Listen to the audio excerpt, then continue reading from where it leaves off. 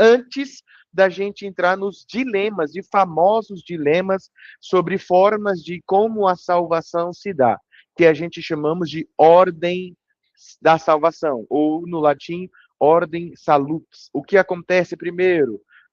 Então, antes disso, o que eu estou querendo fazer com vocês aqui é criar uma base. Opa, o que foi isso? Gente, Tô ouvindo, mas travou um Estamos pouquinho. aqui. Foi. estão vendo minha tela? Estão vendo minha tela? Sim.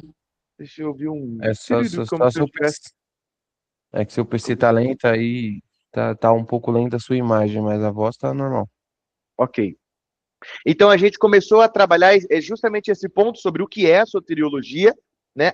O que ela se propõe estudar. Ela se propõe estudar sobre a doutrina da salvação, né? O estudo sobre a salvação. E depois a gente gastou um bom tempo da primeira aula perguntando sobre qual a importância disso para mim. Nós vimos que se a gente não entender a salvação, que é o cerne do evangelho, a gente tende a desenvolver uma vida ou tende a desenvolver comportamentos que não refletem o verdadeiro evangelho. A forma como a gente olha a salvação e como essa salvação acontece, os termos que ela obedece, os termos que ela segue, isso muda tudo na nossa realidade de viver o evangelho, irmãos. Então, é muito importante que a gente comece pelo princípio. O que é e qual é a importância, se é um assunto que muitas das vezes gera alguns debates, algumas polêmicas, por que eu tenho que entrar nessa matéria? Porque ela nos ajuda a desenvolver uma visão correta, sólida do evangelho, entendendo o que é a salvação. A Bíblia diz que o Filho de Deus foi morto para que pudéssemos ser salvos, então nós temos que entender o que é salvação. Na segunda parte da nossa aula, nós entramos sobre a criação, a queda e a necessidade da salvação, ainda como uma espécie de pequeno resumo, né? E nesse momento, nós falamos sobre essa criação do homem como a Imago Dei, né? Essa relação de Deus com o ser humano, ser uma relação de pureza, até vir a queda, e a queda trouxe para nós a necessidade da nossa, uma intervenção humana, né? A necessidade de uma intervenção humana. E hoje nós vamos entrar justamente nesse propósito de ver como a salvação começou a ser uma realidade desde a eternidade. Como o Deus que nós sabemos que antes de tudo existir, já existia como um Deus trino, como ele interage com essa obra da salvação. Nós temos visto ao longo de todas as matérias como Deus interage em suas três pessoas divinas com vários assuntos, com o homem, com, a teontologia, com a teologia em si, com cristologia. Então, a gente tem visto a atuação de um Deus que é trino em várias matérias, e agora nós veremos sobre a obra de Deus na salvação. E essa imagem é uma imagem teológica que representa, né, a Trindade, e Não tá aparecendo para nós ainda, Breno, a sua tela. não está aparecendo? Ué,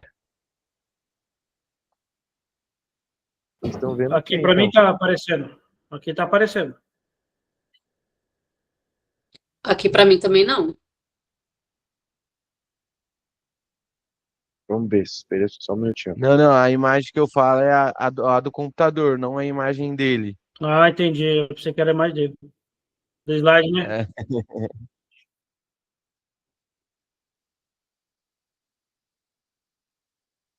Hum.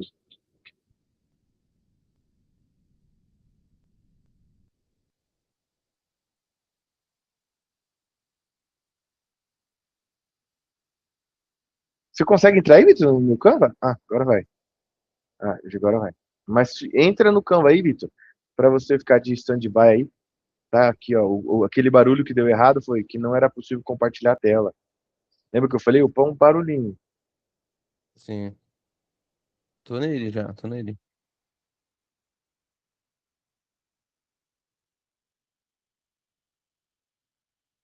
Tentar de novo. Se não der, aí você vai por aí. O ruim é que você vai ter que ficar passando para mim, né? Apareceu? Carregando. Apareceu, apareceu.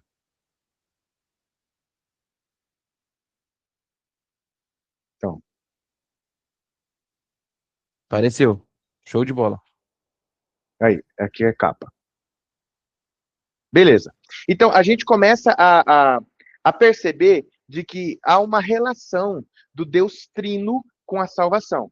A salvação, ela não começa depois que o Adão peca. Aí precisa ter algum plano B, né? Ela não acontece com o homem já na história, ela não acontece com sistemas teológicos, não com debates históricos.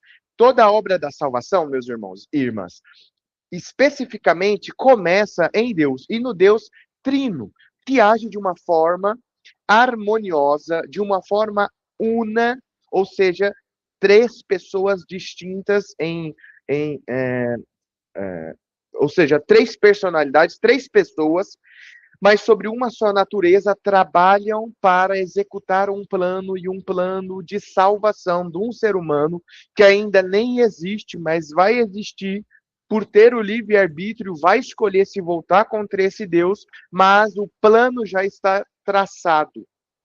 Toda soteriologia saudável precisa, antes de tudo, ser teocêntrica, ser trinitária. Toda salvação precisa conter Deus no seu centro. Olha só como eu estou dizendo que na aula passada, que se você não começa, se você não sabe qual é o plano ou qual é a participação de Deus na salvação, você desenvolve um pensamento cristão, um pensamento religioso, um pensamento bíblico que sobre a salvação, que se Deus não é o centro, o homem passa a ser o centro. A vontade humana, os desejos humanos, e então você passa a buscar uma salvação que tem na vontade do homem a parte mais alta. E não é assim.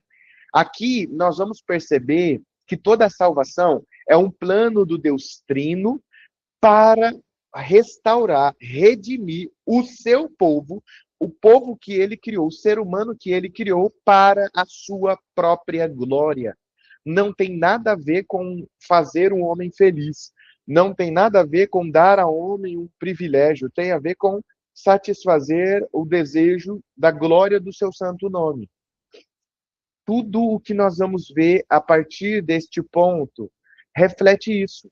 É como a salvação, de um modo claro, é um plano de Deus. Toda a Trindade desempenha esse papel essencial na salvação.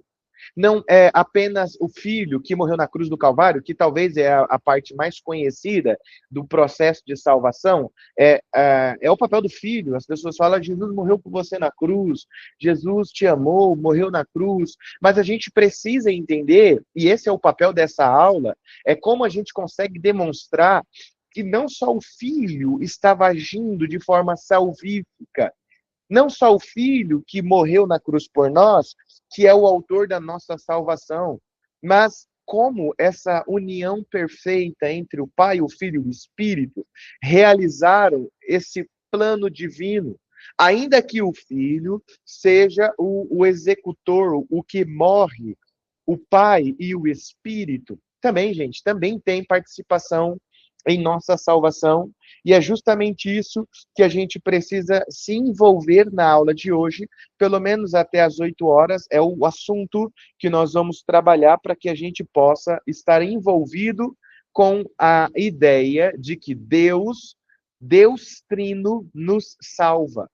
E eu quero começar, primeiro, mostrando para nós de que como as três pessoas da Trindade participam desta salvação. Ok?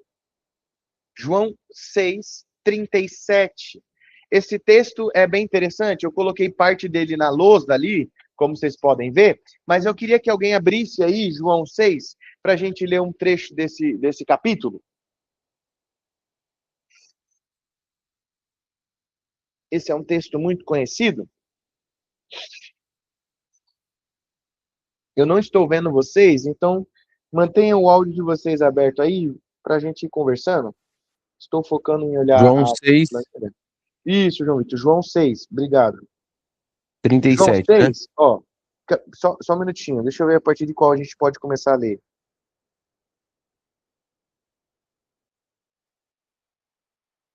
Ô, Vitor, começa a partir do 31, só para a gente entender a narrativa de que Jesus está debatendo ali o fato dele ser o pão da vida e tudo mais. Começa aí, por aí. Ok, vamos lá. Os nossos 31. Os nossos antepassados comeram maná no deserto, como está escrito, ele lhes deu a comer o pão dos céus. Jesus declarou-lhes, em verdade lhes digo que não foi Moisés quem deu a vocês o pão do céu, mas é o meu Pai quem dá a vocês o verdadeiro pão do céu. Pois o pão de Deus é aquele que desceu do céu e dá vida ao mundo. Eles disseram, Senhor, dar-nos sempre desse pão.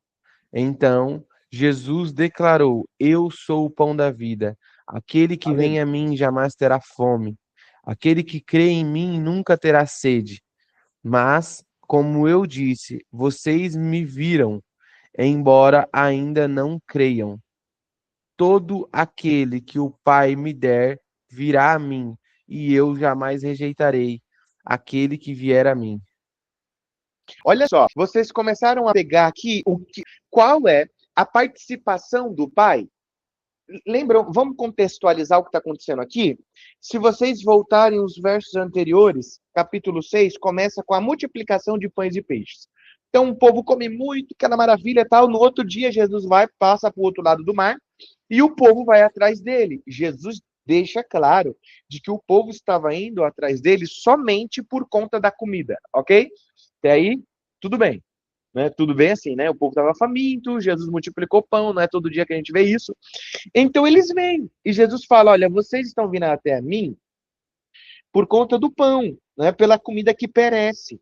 Mas eu tenho um pão que mata a fome de vocês. Jesus está falando de um pão espiritual. O povo se interessa. E Jesus se apresenta, dizendo que o Pai é quem dá o pão, né? O Pai é quem enviou a eles um pão vindo do céu. Isso fica um pouco confuso, e então Jesus disse, olha, o pão que o Pai enviou do céu sou eu sou o pão que desceu do céu, o pão vivo que desceu do céu.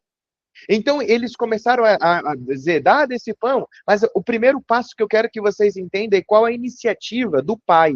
A Trindade é composta por 3 pessoas sobre a mesma natureza, o Pai, o Filho e o Espírito. E o papel do Pai é essa iniciativa de dar, essa iniciativa de enviar, essa iniciativa de planejar a nossa salvação.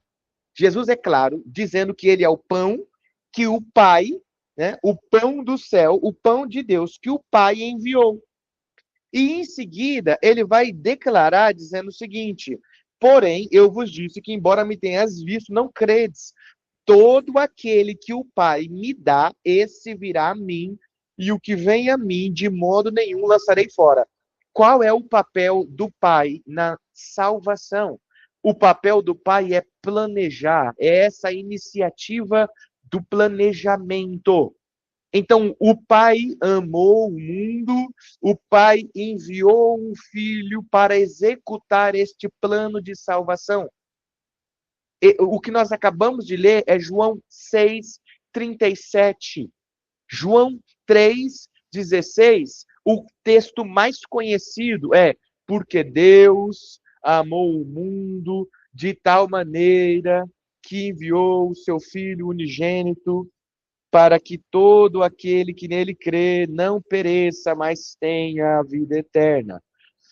Mais uma vez, essa referência de Deus sendo enviado ao Pai, porque é o Pai que ama e envia. O Pai planeja, envia, o Filho aceita, nós vamos ver isso já já, e vem para morrer neste lugar.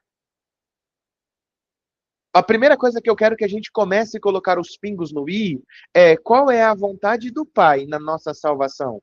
É que a gente aceite o seu plano, se envolva com o seu plano de nos salvar. É claro que a gente já sabe qual plano é esse, é amar o filho que ele enviou ao mundo, o filho que ele enviou ao mundo para que por meio desse filho nós pudéssemos crer e se tornar novamente filho. Todo esse plano é determinado pelo Pai. Olha Efésios. Quem pode abrir a Bíblia aí em Efésios? Efésios, capítulo 1.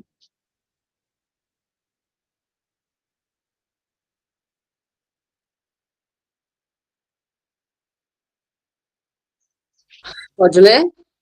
1, 3, 1 do Isso, 6? isso. Peraí. Não é 1 do 3 ou 6. Bendito Deus e Pai de nosso Senhor Jesus Cristo, o qual nos abençoou com todas as bênçãos espirituais nos lugares celestiais em Cristo, como também nos elegeu nele antes da fundação do mundo, para que fôssemos santos e irrepreensíveis diante dele em amor. E nos predestinou para filhos de adoção por Jesus Cristo, para si mesmo, segundo o beneplácito de sua vontade, Eita, glória. para louvor e glória da sua graça, pela qual nos fez agradáveis assim no amado. Beneplácito é a bondade, né? Tá falando língua estranha, irmã, hein? É, você viu? É o Vejam poder. só o que o apóstolo Paulo está dizendo. Bendito Deus e Pai. Ô Breno, mas espera aí. Deus é o Pai? Não. Deus, e eu já li essa pergunta, né, na mente de vocês. Ah, então quer dizer que toda vez que aparecer Deus eu vou entender que é o Pai? Não. Deus é essa natureza toda poderosa, soberana, essa natureza divina. O ponto é que essa natureza divina aparece em três pessoas, que não são uma fusão, são três pessoas com uma só natureza. Então, ele faz uma distinção. Bendito Deus e Pai. Ele está falando de Deus, que é representado na figura do Pai, a primeira pessoa da Trindade. E o fato de ser primeira pessoa da Trindade não quer dizer que o Pai é maior que o Filho. Quem entendeu isso, diga amém. Diga amém, é isso, diga amém. Amém. Amém, amém. O fato de o Pai ter sido tratado como o primeiro da Trindade não quer dizer que o Pai é maior que o Filho é maior que o Espírito, não. Essa numeração não tem sentido de grandeza. O que Paulo está dizendo é bendito Deus e Pai do nosso Senhor Jesus Cristo, que nos abençoou. Como nos abençoou? Nos abençoou dando o Filho, Cristo. Então, Cristo foi dado pelo Pai. Qual é o papel, Breno, do Pai? Porque a gente sabe falar o papel do Filho. O Filho morreu por nós, o Espírito Santo é quem nos batiza, o Espírito Santo é quem nos regenera. Mas e o papel do Pai? Eu cresci e desde que, antes de entrar na teologia, lá quando eu era adolescente, jovem, aliás, eu não sabia explicar qual era o papel do Pai. Para mim, o Pai era, tipo, invisível mesmo, né? O pai não sabia falar da atuação do pai. Mas aí eu começo a ver o tanto de coisa que Jesus Cristo está referindo a ações do pai. Paulo vai dizer que quem determinou o plano redentivo, o plano de eleição, de predestinação, foi o Pai, o Deus bendito, o Pai do nosso Senhor Jesus Cristo. É assim que ele começa. Ele nos escolheu nele mesmo. O Pai nos escolheu nele mesmo antes da fundação do mundo, com o propósito de sermos santos e irrepreensíveis perante ele em amor. Então, qual é o papel do Pai? É planejar, verso 5, nos predestinou para ele, para a adoção de filhos por meio de Jesus Cristo, segundo o beneplácito de sua vontade, segundo a sua vontade boa. Qual é o papel do Pai? É determinar o plano redentivo, é escolher, e por mais que isso seja um tema Só um minuto, meus irmãos. A portaria, meu bem, a portaria tá ligando aqui, você pode ver o que quer? Consigo. Tá bom. Por mais que seja um assunto muito difícil, Breno, mas Deus elegeu um para salvação e outros para perdição. Calma, não vamos entrar nesse debate aqui agora. Tanto o calvinista quanto o arminiano, tanto o reformado quanto o pentecostal, entende que a salvação é um plano de predestinação. A predestinação e a eleição não é um problema. O ponto é que divide as duas verdades como Deus, como o Pai executou. Como o Pai executou. Para os reformados, calvinistas, presbiterianos, essa redenção, essa predestinação é conforme a sua vontade. Para os arminianos, pentecostais em massa, essa predestinação é com base na vontade, na graça preveniente. Nós vamos falar sobre isso na aula que vem. Não entre em ansiedade agora. Por que eu estou falando para vocês sobre isso? Porque tanto o calvinista quanto o arminiano, o reformado e o pentecostal entende que é bíblico a predestinação. É bíblico, não é uma invenção teológica. Tá claro, Paulo vai dizer que ele nos predestinou para ele, para sermos santos em Jesus Cristo, para o louvor de sua glória que ele nos concedeu no amado, no qual temos a redenção, pelo seu sangue, a remissão dos pecados, segundo a riqueza da sua graça.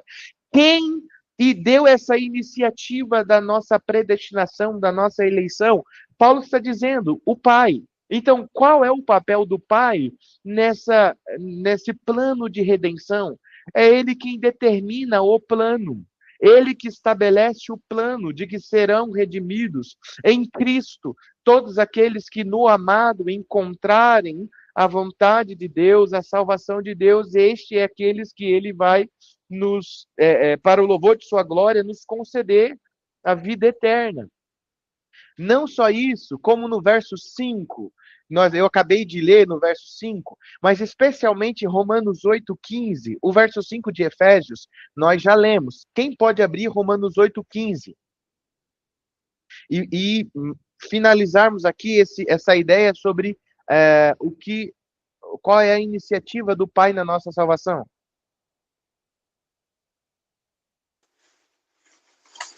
8,15? Isso. Porque não recebeste o espírito de escravidão, para viverdes outra vez atemorizados, mas recebestes o espírito de adoção, baseado no qual clamamos Abba, Pai. Olha só, qual é a iniciativa do Pai? É conceder a nós um espírito para que possamos lhe tratar como Pai. Vocês não receberam um espírito de covardia para vocês viverem na escravidão, mas vocês receberam um espírito que vem do Pai para que vocês possam dizer Pai. Abba, Pai é Pai. É poder olhar para Deus e de chamá-lo de Pai. Poder olhar para o Pai, que é representado, e é tão interessante, né? Essa representação familiar do Deus Trino, o Pai e Filho, essa união de Pai e Filho. A gente sabe que hoje, aliás, tudo que é bíblico, o mundo sempre faz muita força ao contrário.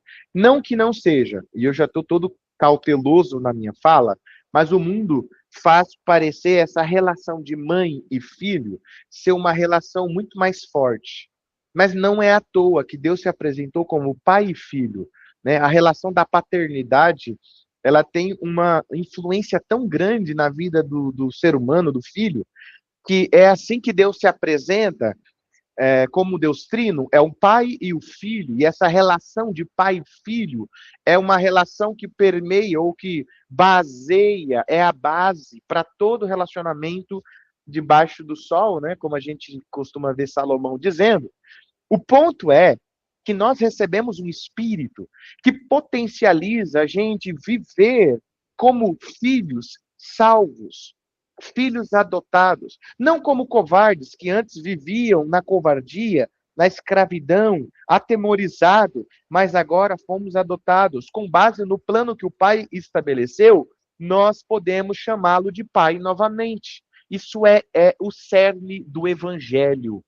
Isso é o cerne. Você quer desfrutar das bênçãos de Deus? Você precisa participar do plano que Deus estabeleceu para a Trindade. E qual é esse plano? É o plano do Pai que ele enviou ao mundo, é que você olhe para o Filho e creia no Filho. Quando você crê no Filho, você passa a ser adotado como filho do Pai do céu. O Pai de Jesus Cristo passa a ser o nosso Pai e desfrutamos de todas as bênçãos que Jesus Cristo conseguiu para nós. Qual é o papel do Pai? Ele envia, ele planeja, ele determina o plano, ele adota a gente, ele recebe a gente como filhos adotivos. Do contrário do que costumam dizer, gente, sobre eleição e predestinação, revelar a injustiça, revela um Deus sanguinário, um Deus que mata uns. Nossa, então quer dizer que Deus não me escolheu, esse Deus é injusto. Não. O plano foi traçado considerando a vontade livre de Adão. Preste bastante atenção. Eu costumo ouvir as pessoas perguntar assim: se Deus é soberano e ele sabe de tudo, por que que ele não livrou a serpente de entrar no Éden? E a resposta é porque Deus fez Adão o único ser humano que verdadeiramente tinha um arbítrio livre. Adão não tinha influência do pecado, irmãos e irmãs. Adão era livre para escolher sem influência pecaminosa. Mas como essa liberdade sem Deus sempre resulta em ir contra Deus, porque qualquer ser humano que estivesse lá teria esse mesmo desfecho, Deus já tinha o plano elaborado da redenção. Então, ao invés de mostrar, nossa, esse Deus é injusto, que condena uns, não, não, não, não.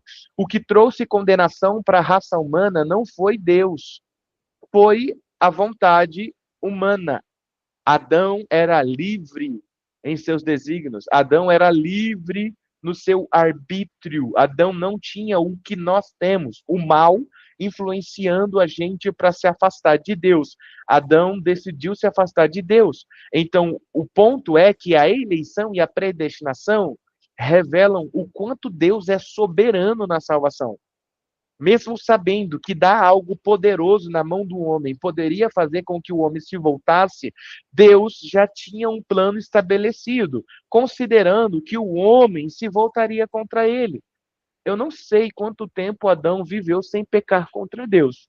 Não tem como saber. Se alguém um dia aparecer dizendo, foi 1000 anos, é baboseira, não tem como saber.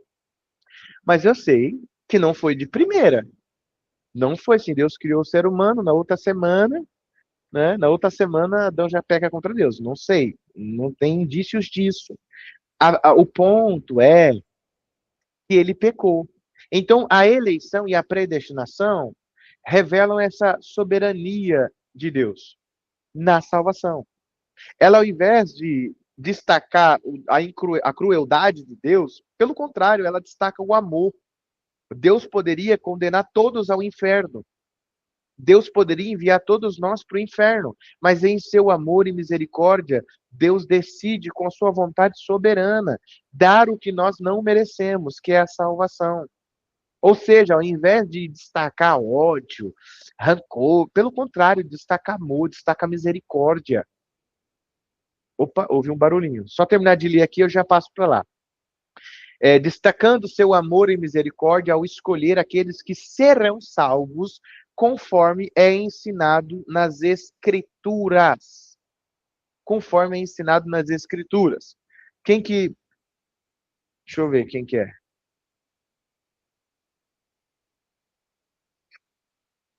É que eu estou olhando pelo meu próprio slide para não ficar travando no meu computador. Eu. Pode falar então, minha irmã. Quando o senhor falou sobre que Deus já tinha um plano de redenção, não sei se tem lógica. Meu filho costuma falar, né? Meu filho também lê muito assim, ele lê muito, ele tem um pouco de um conhecimento, assim. Ele fala do tempo, que o Senhor, ele está como se Deus tivesse o tempo em sua frente, presente, passado e futuro. Então, ele está bem fora desses tempos. Ele não está nem desses tempos. Então, ele já sabia que o homem ia falhar e ele já elabora planos de redenção. Seria isso? Tem algumas coisas que eu concordo plenamente. Por exemplo, Deus está fora do tempo mesmo. O tempo foi criado em Gênesis 1. Não existia o tempo, né? Deus criou o tempo e nós estamos presos no espaço-tempo porque Deus assim decidiu. O ponto de que como Deus escolheu os que seriam salvos. A fala do seu filho já coloca ele em uma vertente teológica. Ele está dizendo que Deus viu os que iriam crer e já decidiu agir pelos que iriam crer. É isso? Sim. Então, se o seu filho está fechado com a doutrina arminiana de ver o processo de salvação, ele está correto com a doutrina que ele crê, porque é assim mesmo que os arminianos vão entender, chamado graça preveniente. Deus consulta à frente e vê aqueles que vão responder positivamente à mensagem da salvação e salva eles. Sim. Entendi. Mas essa teoria tem uma teoria oposta, que na aula que vem, se o seu filho até quiser participar, eu cedo uma aula grátis para ele aí, ele pode participar, porque tem uma teoria oposta a essa visão, de Deus olhar o tempo futuro, o nosso futuro, e ver quem vai crer e eleger fora do tempo. Tem uma vertente que vai fazer oposição, mas a gente deixa isso para a aula que vem. Mas esse é o ponto. Esse é o ponto. Toda a nossa salvação acontece antes do nosso tempo, porque Deus é eterno. Deus é eterno. Então, desde que quando Deus criou o mundo, Deus já tinha o plano de como resgatar os seres humanos que iriam, por livre escolha, lá em Adão, se afastar dele. O que resta para nós aqui agora é entender como funciona essa participação do Deus Trino nesse plano que está sendo elaborado pelo Pai, que planeja, que elege, que predestina, e agora o Filho, que pega toda essa papelada do plano e diz assim, chá comigo que eu vou executar. É igual um casamento. Minha esposa planeja e eu tenho que executar. Né? Ela tem planos de virar uma fazendeira aí nos próximos anos. O problema é que 95% do plano dela é eu que tenho que executar. É eu que vou capinar, é eu que vou dar comida para as galinhas, eu que vou tirar leite da vaca. Ela vai fazer bolo de parte. Foi Deus que deixou assim. A mãe Rebeca tá rindo porque ela deve fazer plano igualzinho. Amém. Agora, o nosso papel é enxergar o seguinte. Ok, professor, entendi que o papel do pai é planejar esse plano redentivo, é eleger e tudo mais. E qual é o papel do filho? Qual é a iniciativa do filho nessa obra de salvação? E aí eu quero convidar vocês para pensar justamente nisso.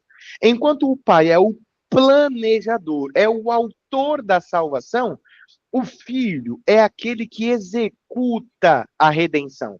Ele é o executor da redenção. Se vocês abrirem aí de novo em Efésios, mas agora o capítulo 7, Efésios 1 e o capítulo 7, você vai ver o que Paulo deixa claro para nós. Efésios 1, versículo 7, né? Isso, Efésios 1, versículo 7. Falei errado? Não, você falou capítulo 7.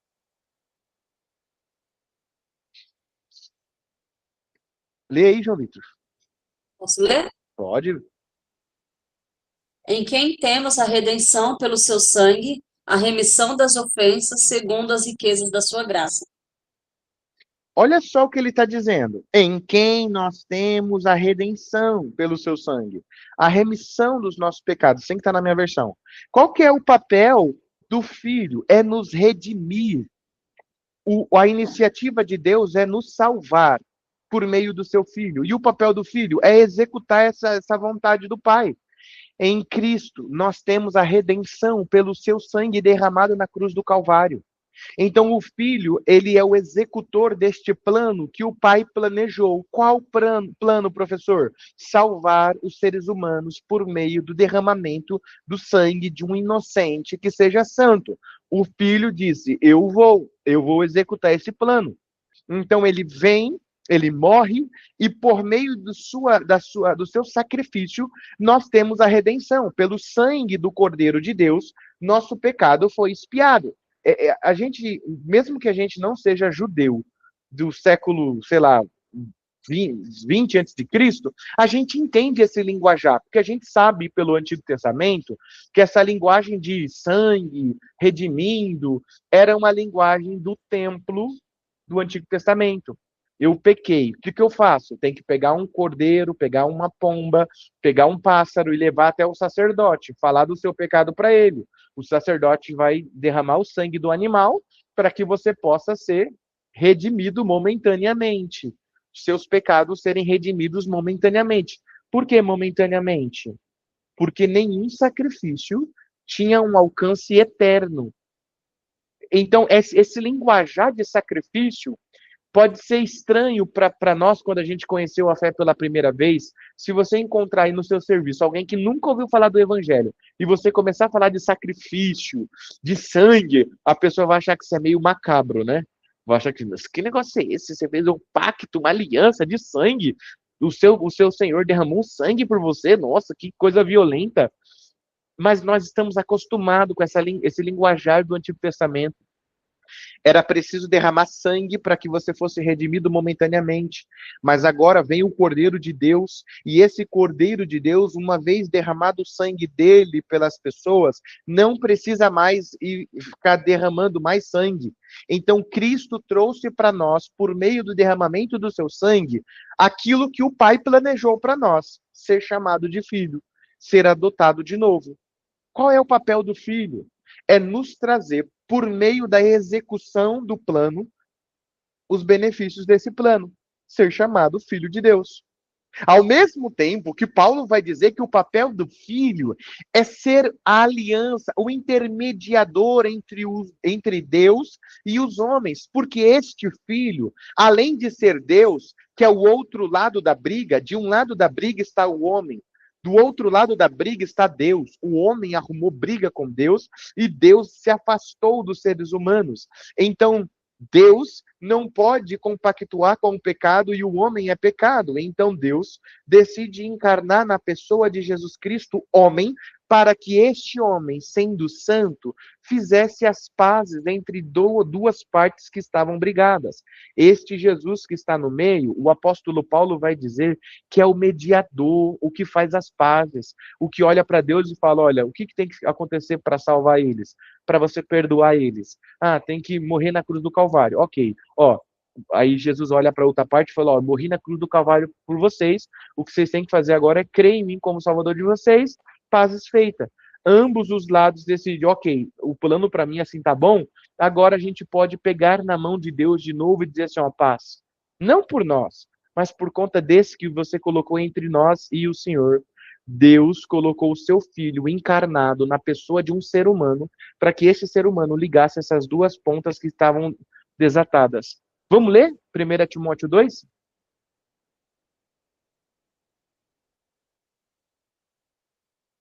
Primeira carta de Paulo a Timóteo. Ixi, pegaram o Timóteo da minha Bíblia aqui, ó. Posso ler?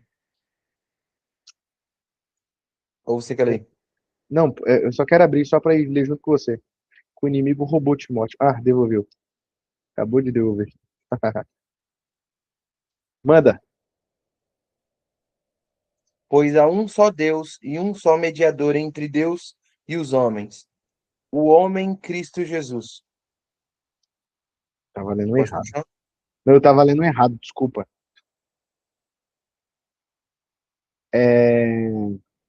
Você pode ler do começo, Vitor, por gentileza? Do 1 em diante? Preste atenção, meus irmãos.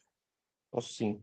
Antes de tudo, peço que se façam súplicas orações, intercessões e ações de graça por todos os homens, pelos reis e por todos os que exercem autoridade, para que tenhamos uma vida tranquila e pacífica, com toda a piedade e dignidade.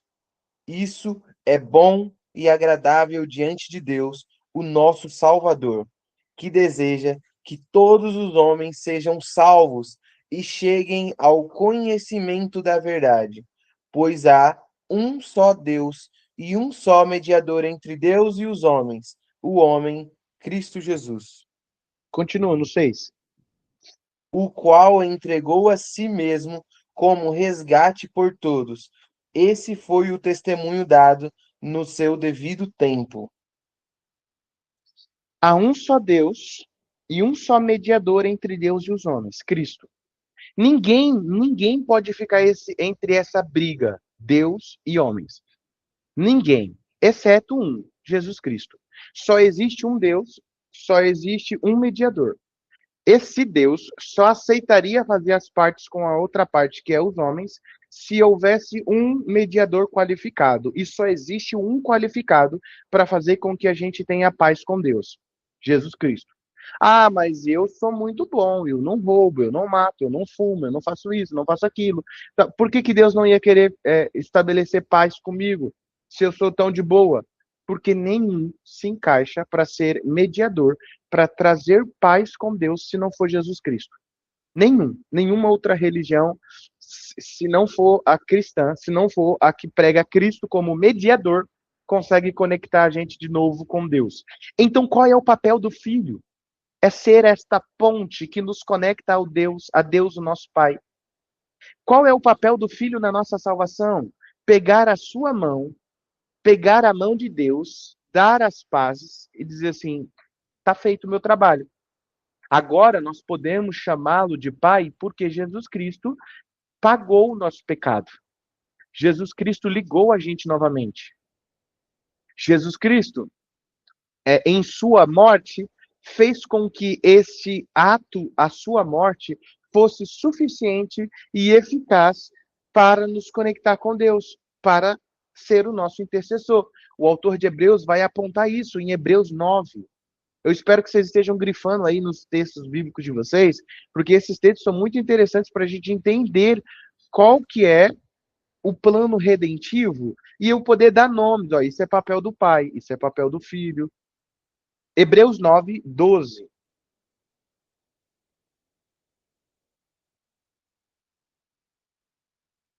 Hebreus 9, 12.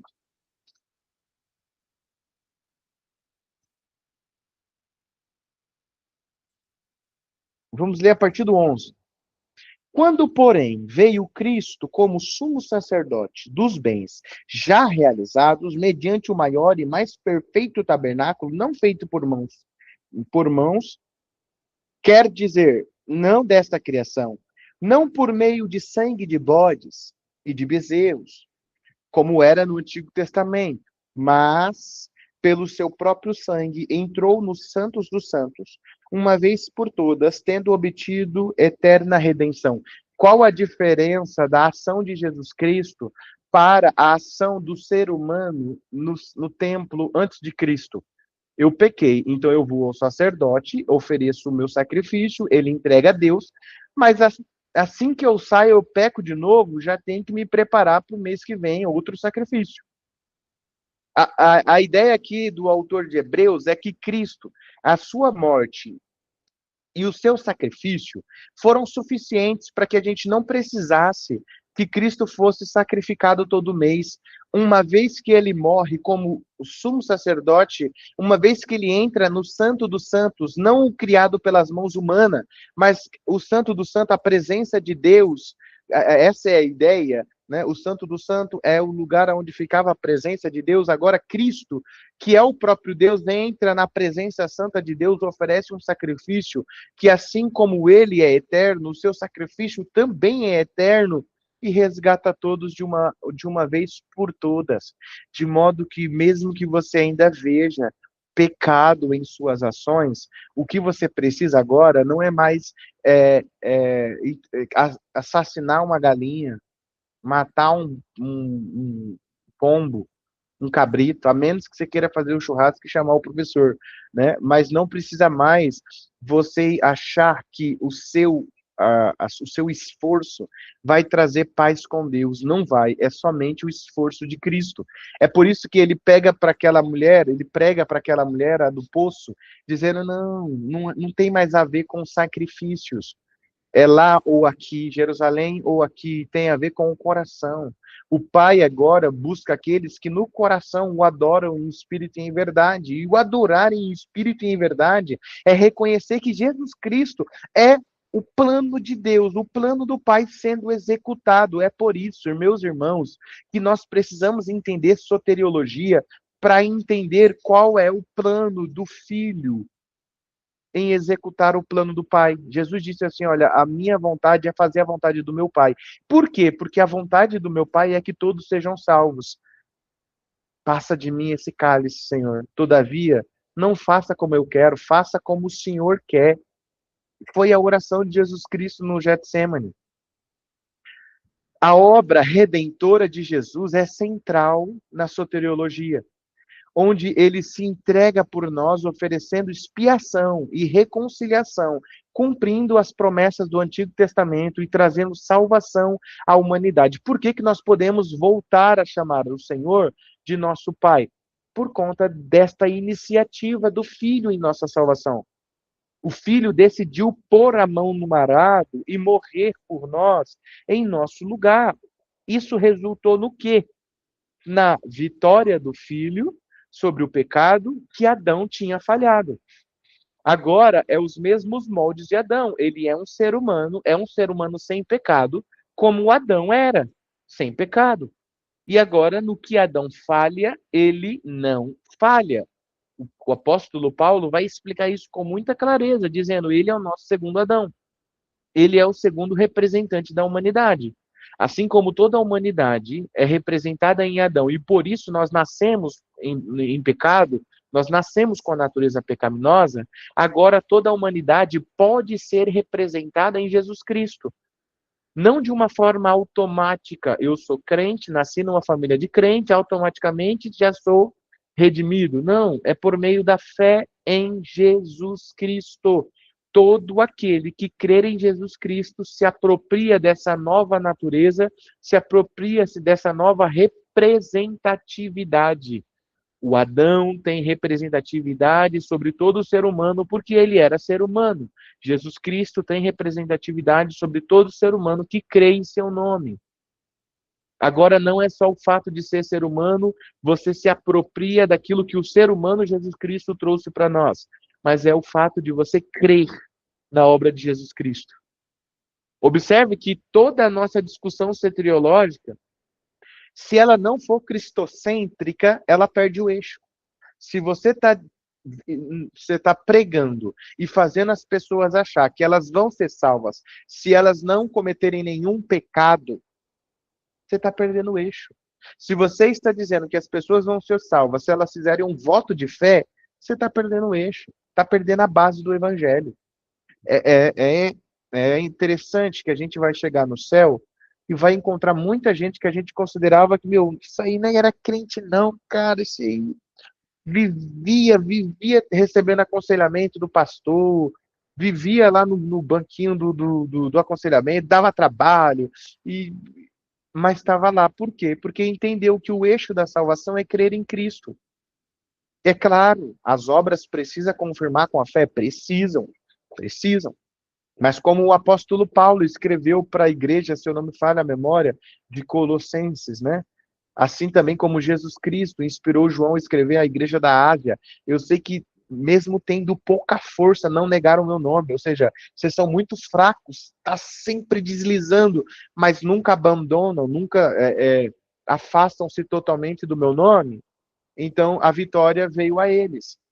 A iniciativa de Cristo é fazer com que toda a mensagem da salvação passasse por ele.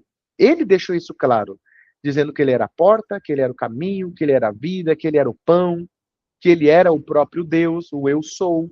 Só não entende isso quem não quer. Parece muito clara essa mensagem, mas você vai ver crentes na sua igreja atrelando a salvação a outras coisas que não seja Cristo, que não seja a fé em Cristo Jesus. Você vai ver crentes na sua igreja tendo dificuldade com a relação de Paulo, né, da salvação por meio da fé em Cristo, e Tiago, as obras. São duas coisas, os dois lados de uma mesma moeda. Não existe salvação sem Cristo. Ponto. Salvação é exclusivamente pela fé em Jesus Cristo como seu Senhor, o Filho de Deus Pai, enviado para morrer no seu lugar. No entanto, essa fé precisa gerar em você compromisso com essa vida de Cristo. E por isso as obras precisam acompanhar a confissão de fé. Se você diz que crê, mas as suas obras não testificam a sua fé, você está errado. Provavelmente você está vivendo um falso cristianismo. As duas coisas andam junto, mas eu não posso mudar o eixo da salvação. E o eixo da salvação é fé em Jesus Cristo. Todo aquele que crê em Jesus como Salvador é salvo. Agora, todo aquele que crê em Jesus como Salvador e tem a possibilidade de executar uma vida digna dessa salvação, deve fazer. Por que eu estou dizendo todo aquele? Porque convenhamos que tem alguns que não têm essa condição. Vamos pensar no ladrão da cruz, por exemplo. O ladrão da cruz, lá na cruz, na hora da sua morte, ele disse para Jesus: eu creio que tu és o Messias. E Jesus disse: então desce, eu vou livrar você daqui, para você viver uma semana pelo menos, ajudando os pobres, ajudando as viúvas. Não, Jesus não disse isso para ele. Jesus disse: hoje mesmo estará comigo no paraíso. Agora imagine Pedro, né, que era o mais esquentadinho, que morreu por causa de Cristo, chegando no céu e encontrando o ladrão da cruz que não sofreu nada por causa de Cristo. Como vocês acham que Pedro vai ficar?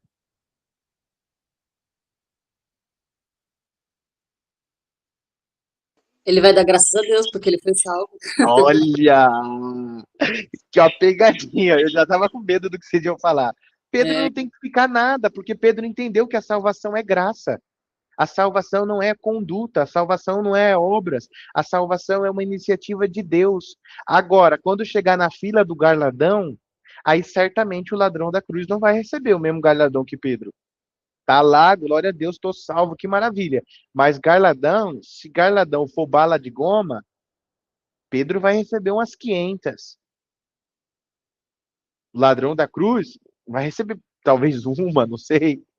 Porque apesar de que a confissão de fé dele no momento da morte auxilia muitos a, a entender que a salvação não é mérito.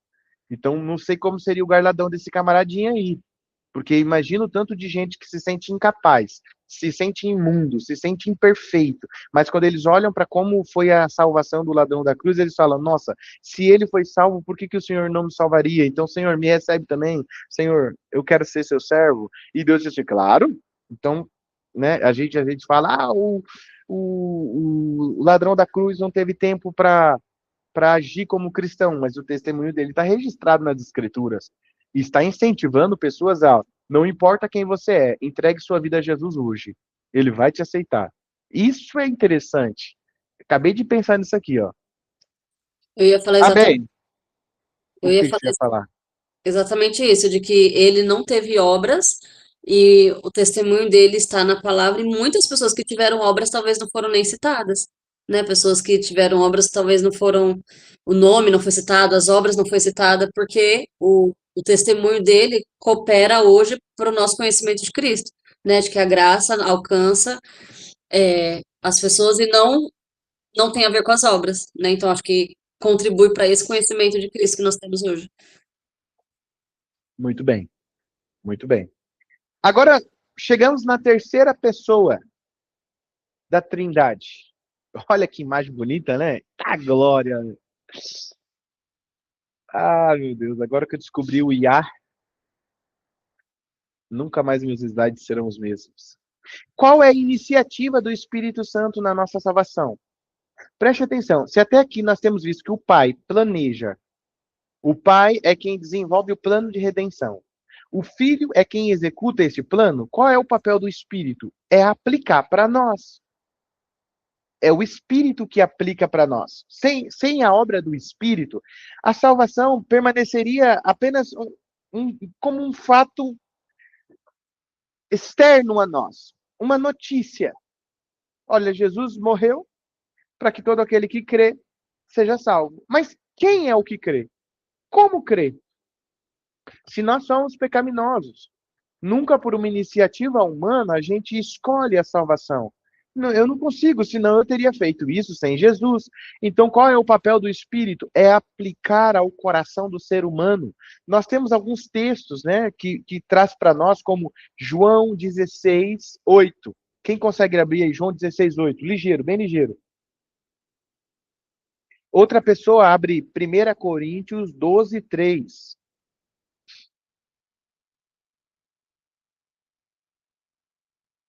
Não estou ouvindo.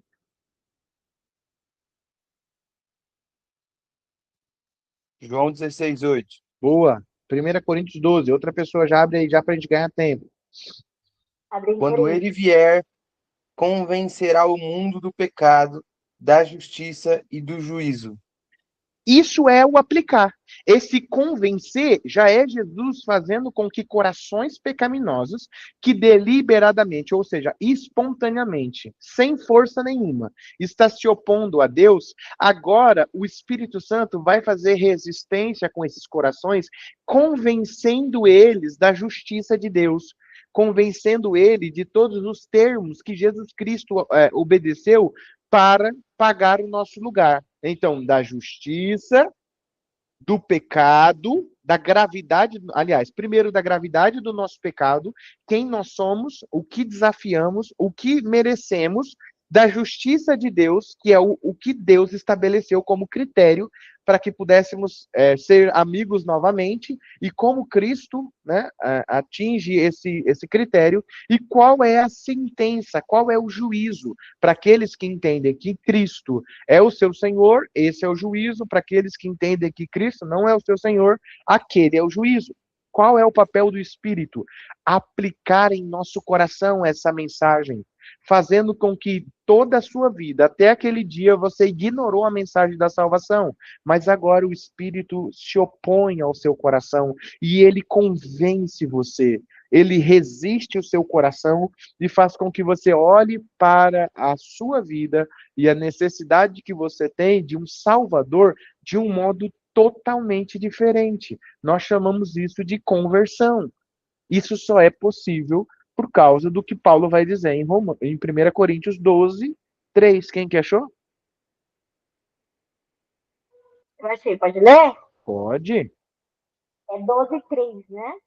12, 3, isso. Por isso vos faço compreender que ninguém que fala pelo Espírito de Deus afirma, anátema, Jesus. Por outro lado, ninguém pode dizer, Senhor Jesus, senão pelo Espírito Santo. Olha o que Paulo está dizendo. Ninguém pode chamar Jesus de Senhor, e é claro que não é de uma forma hipócrita, mas de uma forma genuína, verdadeiramente sendo servo do Senhor. Ninguém pode chamar Jesus Cristo, ou ninguém pode chamar Deus de Senhor, se não for uma ação do Espírito Santo. Vocês entendem como qual é a importância da gente pensar nisso? Vocês vão ver, e eu posso falar no meu lugar de fala, nós vamos ver pessoas buscando formas de crescer igreja, formas de atrair mais pessoas com método, sabe, com coisas externas, quando na verdade quem traz salvação é o Espírito.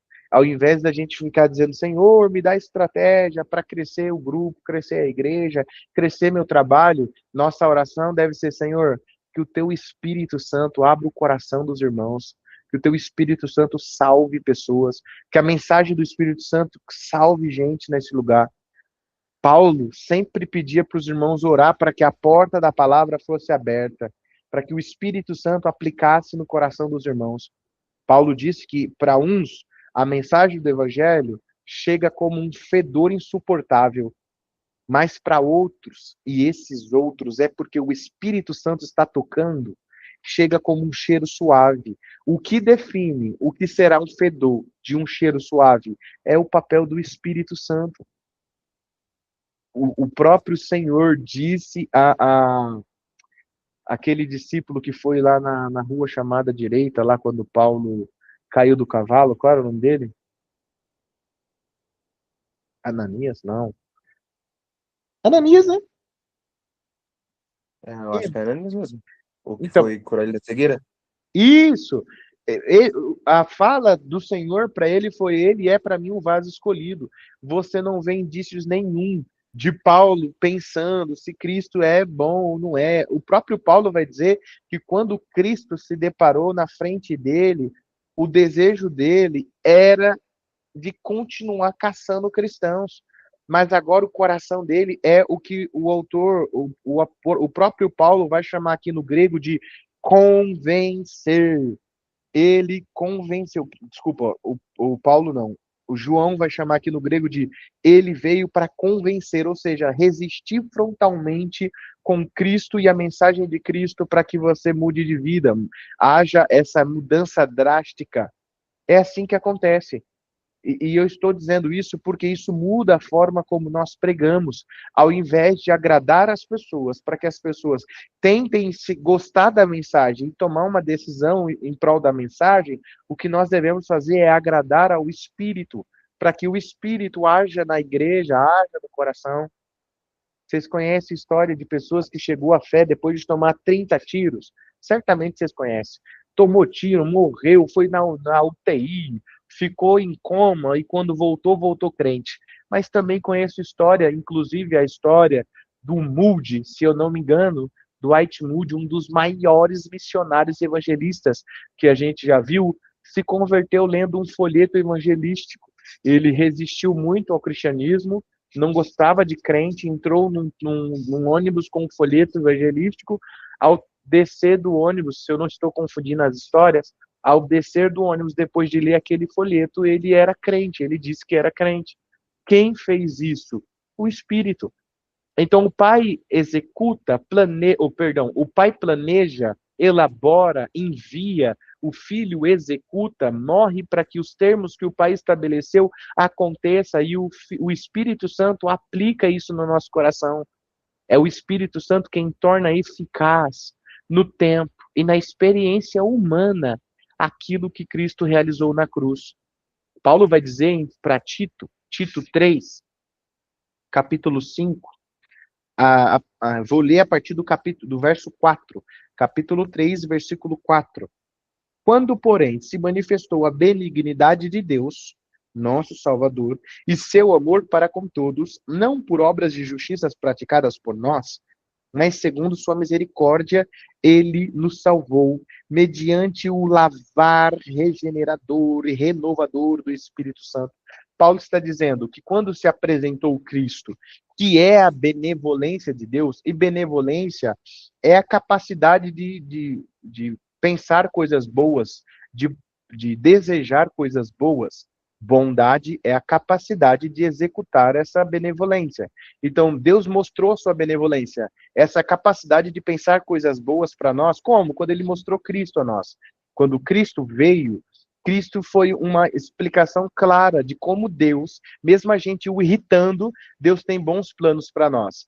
E por meio do Espírito, Paulo vai dizer no finalzinho do verso, ele nos salvou, não por nossas obras, mas por meio da obra do Espírito Santo, que nos lavou, regenerou. Olha como ele termina. Ele nos salvou mediante o lavar regenerador e renovador do Espírito Santo. O que o Espírito Santo fez quando você foi salvo? Regenerou você. É o Espírito Santo que toca o teu coração para que você possa olhar para Cristo como seu Senhor. É papel do Espírito Santo. É papel do Espírito Santo lavar as suas vestes, renovar o seu espírito. É o Espírito Santo que testifica ao seu espírito que você é filho de Deus. Tem um texto na Bíblia que diz isso. Por quê? A tentação chega e quando você estava morto no seu pecado, ou seja, sendo o velho homem, o velho ser humano, o pecado tinha um peso tão grande sobre a sua vida porque você não tinha escolha. Como a Bíblia vai dizer, você estava cego, você não via saída. Mas agora Paulo está dizendo para Tito que por causa do Espírito Santo, nós agora fomos regenerados. Nós temos um novo olhar, olhar para Cristo como nosso Senhor. O pecado vem e o Espírito Santo, que agora habita em mim, testemunha ao meu espírito de que eu sou filho de Deus. E o que Deus espera com esse testemunho, gente?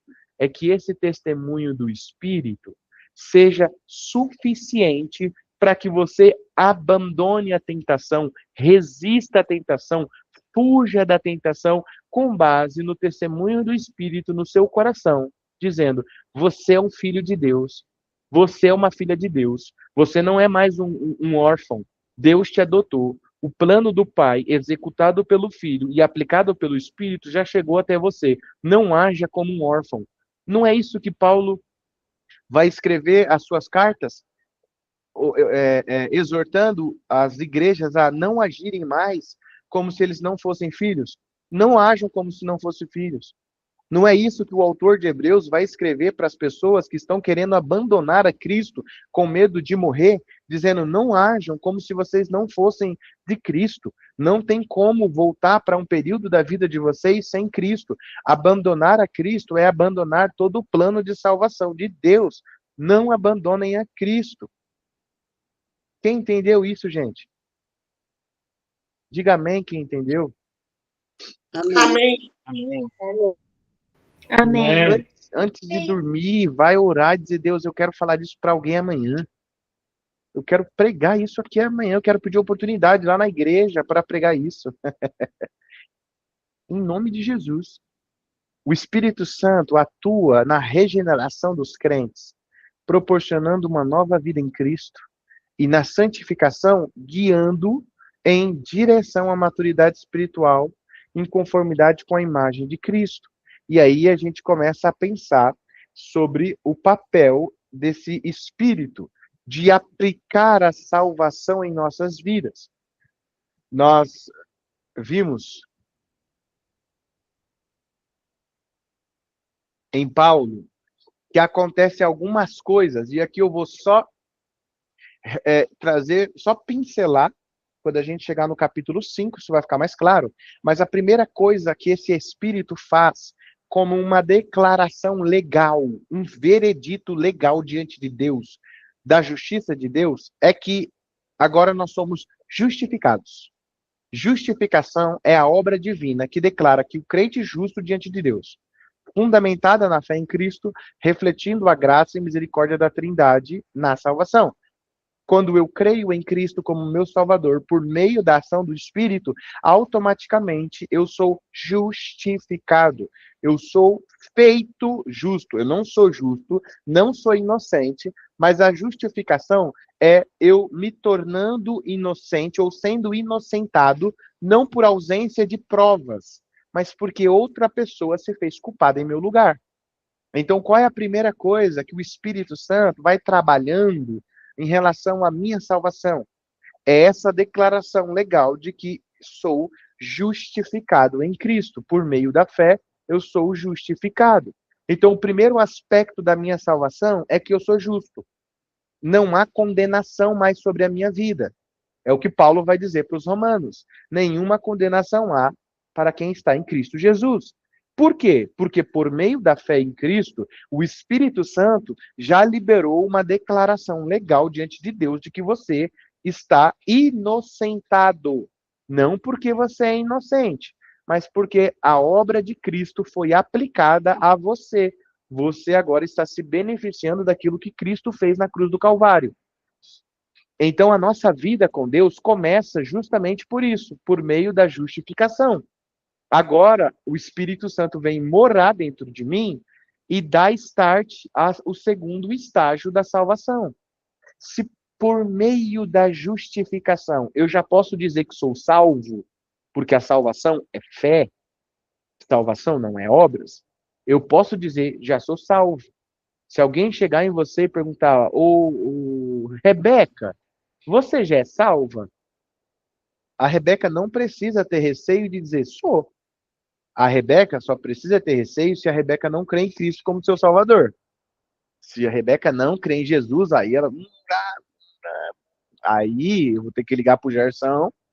Falar, Gerson, tem uma ovelha, tem um bode disfarçado de ovelha aí, Gerson.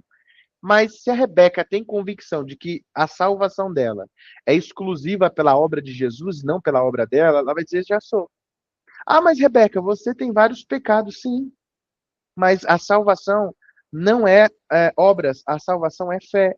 E pela fé eu creio que eu sou salvo. Mas eu concordo com você, eu preciso melhorar na minha conduta. E é isso que eu estou tentando. E qual é o nome dessa etapa? Chama-se santificação. O Espírito Santo, quando você crê em Cristo como seu Salvador, ele aplica essa salvação por meio da fé em você e você se torna justificado. Mas não para por aí. O Espírito não retira de você o pecado. Você agora é um crente, não existe mais condenação sobre você, existe acusação, porque o diabo não para de acusar, ele vai ficar trazendo à sua memória o quanto você é pecador, pecadora, o quanto você não presta. Então a acusação existe, e algumas vezes é até verdade o que ele diz, mas agora o Espírito Santo cadastra você numa escola chamada discipulado. O Espírito poderia arrancar o pecado de nós. Isso seria muito mais fácil a nossa vida. Quem concorda que seria muito mais fácil a nossa vida se a gente não tivesse o pecado aqui? Manda um joinha aí, só para me ver se vocês estão ligados na aula. Gislene tá ligado? Rebeca, Maquele, Maraci. Ok. O ponto é que o Espírito Santo não retira o pecado de nós. Ele faz a gente viver nesse mundo que é dominado pelo pecado, representando agora Jesus Cristo como nosso Senhor. O Espírito Santo vai atuando dentro de nós. Nós já somos salvos por meio da fé, mas o pecado ainda nos faz agir como um não salvo. O pecado ainda nos faz derrapar na nossa confissão de fé. E é aí que entra a santificação. É o segundo estágio do nosso processo de fé, é a santificação, é o crescer em santidade. Santificação é o processo de se tornar parecido com Cristo a cada dia por meio do Espírito Santo. É um processo contínuo. E é por isso que a Rebeca pode dizer, já sou salva, mas ainda não. Por que ainda não? Porque ainda estou no processo de salvação. Ainda estou no processo de andar com Cristo, de se parecer com Cristo. Minha salvação é garantida pela fé, mas eu não posso anular as dificuldades que têm sido se parecer com Cristo. Então eu preciso entender que o Senhor ainda está me salvando de mim mesmo. Eu já estou salvo da ira de Deus, por meio da fé, Deus não está mais irado comigo, mas eu preciso ser salva diariamente de mim mesmo, das minhas concupiscências, dos meus desejos pecaminosos, dos meus pensamentos terríveis, das minhas vontades deturpadas. Então, diariamente, eu preciso do auxílio do Espírito que agora habita em mim para mortificar a minha carne e eu passar a responder no mundo cada vez mais como um cristão. A santificação é o processo pelo qual nós estamos vivendo exatamente agora, onde a gente estamos dedicando o tempo da nossa segunda-feira para conhecer mais sobre Deus, sobre sua palavra, para que a gente use essa informação para ir ao contrário do pecado e da tentação, para conhecer mais a Deus e agir no mundo de uma forma que agrada mais a Deus, é que nós estamos aqui. Isso é parte da santificação de vocês. Assim como o tempo que vocês tiram para orar, para ler, o tempo que vocês tiram para meditar na palavra do Senhor e confrontar os seus pensamentos, isso é a santificação. A santificação é um processo contínuo pelo qual os crentes são moldados à imagem de Cristo, permitindo um relacionamento mais profundo com Deus e uma vida refletindo seus valores e caráter. Você pode ser maranhense, arretado, que dá facada. Se você conheceu a Cristo, você tem que ser um maranhense, mas crente. Ah, mas é que eu sou baiano, meu sangue é esquentado, sou pernambucano, não tem problema. Isso aí é santificação, processo de discipulado. Passou 5 anos, você ainda continua agindo no mundo como um pernambucano que é ímpio, significa que você não entendeu o que é a salvação. Você pode ser o que for. Quando você conhece a Cristo, ele te cadastra numa escola chamada discipulado. E todo dia o Espírito Santo, junto com as suas ações, a sua responsabilidade, vai fazer com que você abandone tudo que é pecaminoso, para que você se aproxime da realidade que é cristão. O termo cristão surgiu de uma forma ofensiva para xingar os crentes que se parecia com Cristo. Olha como ele age igual Cristo. Ah, então vamos chamar ele de cristão. Só que os crentes ficaram felizaços por ser chamado de cristão. Significa que as ações deles estavam fazendo com que eles fossem parecidos com Cristo. Então, eu posso ser o que for. Quando eu passo a crer em Cristo, o Espírito Santo me coloca numa escola chamada discipulado, aonde todos os dias a matéria é: cresça em santidade, cresça em santidade, se pareça com Cristo, conheça Cristo, se apareça com Cristo. O apóstolo Paulo vai até dizer, se eu não me engano, para os Tessalonicenses. Se vocês puderem jogar um Google aí e pesquisar, não tenho aqui na revista. Mas o apóstolo Paulo vai dizer assim: a vontade de Deus para vocês é a sua santificação. Por quê? Porque sem santificação, quem sabe o restante? Ninguém verá o Senhor. Faz, irmã Iraci. Ai, era assim, eu falei. Tá fechado o seu áudio, irmã Iraci. Tá bom. Ainda bem que ela falou, né? Ui, deixa eu responder. Mas Faz, amém. né, irmã Iraci? Ela tá muito rápida, irmã Iraci. Eu não quero deixar você responder. Esse é o ponto. Ah, E ela Paulo vai dizer... tá de pertinho, né? Aprende, né? Pois é. Aprende muito, né? O apóstolo Paulo vai dizer assim: olha, a vontade de Deus para vocês é a santificação de vocês. Por quê? Porque se você está vivendo em santificação, significa que você já foi alvo da ação do Espírito, você já pertence a um mundo da qual os padrões não é a deste mundo, é do reino dos céus. Então, sem estar num processo de santificação, ninguém verá o Senhor, porque quem verá o Senhor? Aqueles que estão desejando encontrar o Senhor, aqueles que estão vivendo esse desejo de se parecer com Cristo. Quer saber a vontade de Deus para você? É a santificação. É você se separar do mundo. É você se afastar das coisas que o mundo prega como necessárias. É se afastar. E isso vai nos fazendo entender com profundidade. Último ponto. Essa aplicação da salvação.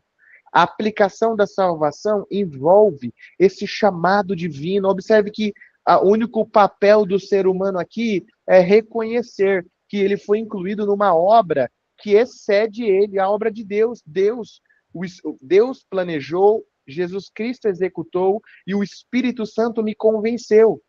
A conversão sincera e a união com Cristo é simbolizada, aliás, pelo batismo. E esse batismo é uma representação visível daquilo que é espiritual. Por isso nós chamamos de sacramento. Um sacramento é um ato visível que representa um ato invisível. O que o batismo representa? Representa essa nova vida. Você morre para a velha vida e nasce para uma vida espiritual. É o que está acontecendo no coração de todo aquele que crê em Cristo. Uma regeneração espiritual. Isso tudo é uma obra una. É uma obra de um Deus trino agindo para que isso aconteça. Realizada por um Deus que é eternamente três em uma só essência. Não há competição entre Pai, Filho e Espírito, nem divisão de glória. Nossa, o Pai tem mais glória porque foi ele que planejou tudo. Ah, não, o Filho tem mais glória porque é ele que sangrou. Não, o Espírito tem mais glória porque ele lidar com cada coração duro. Não, não existe divisão de glória.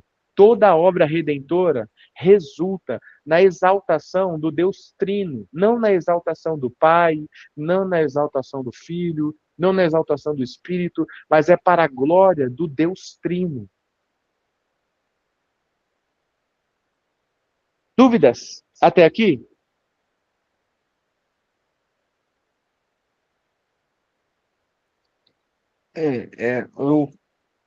Eu tenho, tipo assim, a minha cabeça ela é muito lógica, né? Então, é, olhando para isso, eu fico com a impressão de que, tipo assim, ó, o meu relacionamento com Deus Pai é sobre gratidão pelo plano que Ele criou. O meu relacionamento com Deus Filho também é sobre gratidão porque nós não éramos capazes de se relacionar com Deus um homem não era capaz de se chegar a Deus por conta do pecado, do pecado que existe em nós. E aí o Senhor Jesus foi essa ponte. Mas o meu relacionamento de melhoria, na transformação como um filho, aí é com o Espírito Santo. Eu fico nessa pegada do tipo assim, então as minhas orações, é, praticamente todas as orações que eu fiz sobre melhoria, falando na minha cabeça com Jesus, eu tava falando com o Espírito Santo. Esse é o ponto. Aqui a gente está falando sobre como é arquitetado o plano da salvação. O ponto é, para quem eu me reporto, se é isso que você está querendo dizer. Eu oro Isso, para exatamente. quem? É isso que eu quero que você entenda. Para nós, para o nosso relacionamento como um cristão, nós temos um ponto para olhar. E esse é o ponto central. O Pai incluiu em Jesus o seu plano. O Espírito veio para falar de Jesus. Por que tudo isso? Porque Jesus, além de ser Deus, era homem. Então, Jesus é o modelo que eu devo reprimir. Ou que eu devo replicar. Reprimir não. Que eu devo replicar. Breno, então eu devo orar para o Pai, eu devo, Pai, obrigado porque você me salvou. Você pode, claro que pode. Mas a sua oração precisa ser assim, Pai, me faz parecido com seu filho. Espírito Santo, me ajuda a ser parecido com o filho. Filho, Cristo, porque Cristo também é o nosso intercessor, cria em mim os seus traços. Eu devo ficar, nossa, não, se eu for falar da minha salvação, eu devo agradecer ao Pai. Não precisa. Para onde eu olho, Breno? Olha para o Cristo, porque o plano do Pai foi montado em cima da pessoa do Filho. O Filho executou esse plano para que fosse o nosso intermediador. O Espírito aplica o teu coração para olhar para o Filho. Então não precisa criar neurose, dizendo para quem que eu oro, para quem que eu falo. Ixi, eu orei sempre ao Espírito, ó Espírito Santo. Não, mas agora eu tenho que orar ao Pai, em nome do Filho, com a ajuda do Espírito. Essa seria a forma mais correta. Orar ao Pai, em nome de Jesus, pelo Espírito. Então, ó Pai, a Ti eu te peço, em nome do Teu Filho, que é o meu Salvador, e eu só tive essa noção por conta do Teu Espírito, que me regenerou. Essa seria uma oração teologicamente muito boa, mas nem todos têm essa informação tão clara de como deve ser a nossa oração. E a maioria fala, ó Jesus, eu te peço, Jesus, por favor, eu não estou dizendo, blasfêmia, heresia, errou, Deus vai descartar a sua oração. Por quê? Porque a oração é só ao Pai em nome de Jesus pelo Espírito. Se você fala direto com Jesus, você está desrespeitando um Pai. Não, tem nada a ver com isso. O ponto é, a minha oração, a minha vida cristã deve buscar um modelo. Eu não tenho como ser igual ao Espírito. Eu não tenho como ser igual ao Pai. Mas eu tenho como ser igual ao Filho. Por meio do Espírito, eu consigo ser um ser humano igual Jesus Cristo foi, um ser humano que, por conta de sua obediência, agradou o Pai. Breno, mas eu sou pecador. Ok, mas o Espírito habita dentro de mim para que eu me pareça com Jesus. Então, como Jesus viveu como ser humano? Não era todo dia que ele ficava multiplicando, agindo como Deus. Não era todo dia que ele repreendia o mar. Na maioria do tempo, Jesus viveu como um ser humano normal, educado, amoroso, se preocupava com o próximo, não rancoroso. Breno, mas eu sou pecador. Ok, mas se você entendeu o plano de salvação, o Espírito já está martelando no teu coração, dizendo, se pareça com Cristo. Agora você pode. Você tem uma outra natureza agora dentro de você, te dando testemunho. Você é filho de Deus. Se pareça com Cristo. Aí antes de Cristo, alguém vem e fala uma asneira para você, você dá na mesma moeda. Você xinga e ofende, mas agora você tem Cristo. E o Espírito Santo vai dizer assim, olha, se pareça com Cristo. Mas você vai dizer, nossa, por causa de Cristo eu não vou devolver na mesma moeda. Essa pessoa até merece ser ofendida, mas Cristo não merece isso. Cristo é aquele que eu devo parecer, não essa pessoa. Não quero me parecer com ela, quero me parecer com Cristo. Entende, Vitor? Sim, entendo. É que, na verdade, por mais que tente, trabalhe para não fazer, a mente sempre quer estar colocando em status, né? Em classificações. E na verdade não, né? Quando eu tô orando, mesmo que eu estou orando, olhando para Cristo, eu já estou orando para o Espírito, para Deus, né? Porque todos eles é onipresente, né? E isso é um processo do Deus Trina, nossa salvação, nosso relacionamento. O que diferem é nas suas atuações, mas Por exemplo, nesse sentido, o pai planeja, o filho executa e o espírito aplica. Mas, eles se dividem no setor? Sei lá. Não, não se dividem. Os três são um Deus, a mesma essência. Amém, queridos? Amém. Amém. Amém. Amém. Deixa eu ver aqui, nós temos ainda 15 minutos. Não sei se nós vamos conseguir entrar no próximo slide. O que vocês acham? Entram no próximo slide ou a gente vem na aula que vem só tocando esse slide? Eu acho que eu mesmo ficaria só com essas informações de hoje. Quem mais?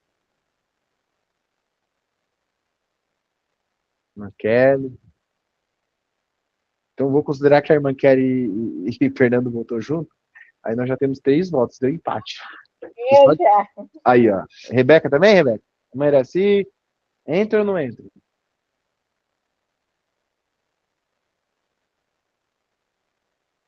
Gente, preciso de mais um voto. Amém, amém. Pode ser a próxima aula, pastor. Show. Então vamos orar? Agradecer a Deus. Na próxima aula, nós vamos pincelar essa necessidade da salvação com alguns aspectos que nós não fizemos na primeira aula. Se você ver, vai parecer que a matéria se repete, né? Porque lá na criação, queda e necessidade da salvação, nós colocamos lá também já a necessidade, e agora nós vamos retomar, mas com alguns aspectos de amplitude. Lá era só uma breve introdução. Oremos. Deus Todo-Poderoso, te agradecemos, Pai. Te agradecemos por essa aula que o Senhor nos concede. Aula essa, Senhor Deus querido, que estamos sendo conduzidos pelo seu Santo Espírito, porque não é nosso. Nosso coração, Senhor Deus querido, é pecaminoso e só desejaria se afastar do seu Filho, mas o teu Espírito tem nos conduzido, Senhor Deus querido, a olhar para a tua palavra e enxergar possibilidades mais de se parecer com o teu Filho, Senhor, e nós te agradecemos. Nosso Salvador, que tem se revelado a nós em cada aula, que tem mostrado com clareza o plano de redenção, o Evangelho. Eu não sei os alunos, mas eu fico com vontade de sair daqui e falar para todo mundo, para compartilhar, Senhor Deus, a clareza do qual, Senhor Deus querido, nós estamos tendo aqui sobre o papel do Deus Trino, Pai, Filho e Espírito, nesse projeto chamado salvação, redenção. Obrigado por essas informações. Não seria possível se o Senhor não tivesse se revelado a nós, se nós não tivéssemos as Sagradas Escrituras para estudar, nós não teríamos essas informações tão claras. Se não tivesse o Espírito Santo, Pai, agindo agora em nossos corações, nos convencendo, fazendo com que a gente olhe para Cristo, olhe para a palavra revelada com apreço, com consideração, se não fosse o teu Espírito, Pai, nós não teríamos isso. E eu te agradeço por ser alvo da tua graça. Te agradeço por ter sido salvo pela fé em Cristo Jesus. E peço que a gente possa entender um pouco mais da salvação. Na próxima aula nós falaremos sobre a necessidade da salvação e a ordem da salvação. Não nos deixe estar atraído por polêmicas, mas que o nosso coração se volte a entender o que é a salvação e o porquê ela é o cerne do Evangelho. Seja conosco, Pai, em nome de Jesus. É o que eu te peço. Amém e amém. Nossa fotinha? Quem topa? Amém. João Vitor, viu que eu regulei a minha câmera? Mas é, né, pastor? Um dia você tem que aprender, né? Você não quis me ajudar. Meu amigo Charlie GPT me ajudou. Vamos lá? Cadê, João Vitor? Você?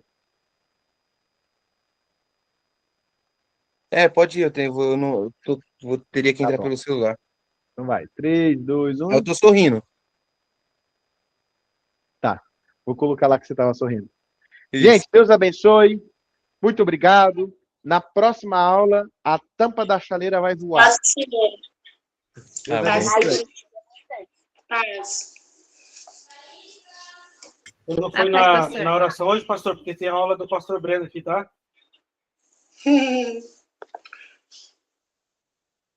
Meu Deus do céu, como é que eu saio aqui agora? Ah, Jesus, Iraci, você precisa fazer um curso de mídia, meu Deus do céu.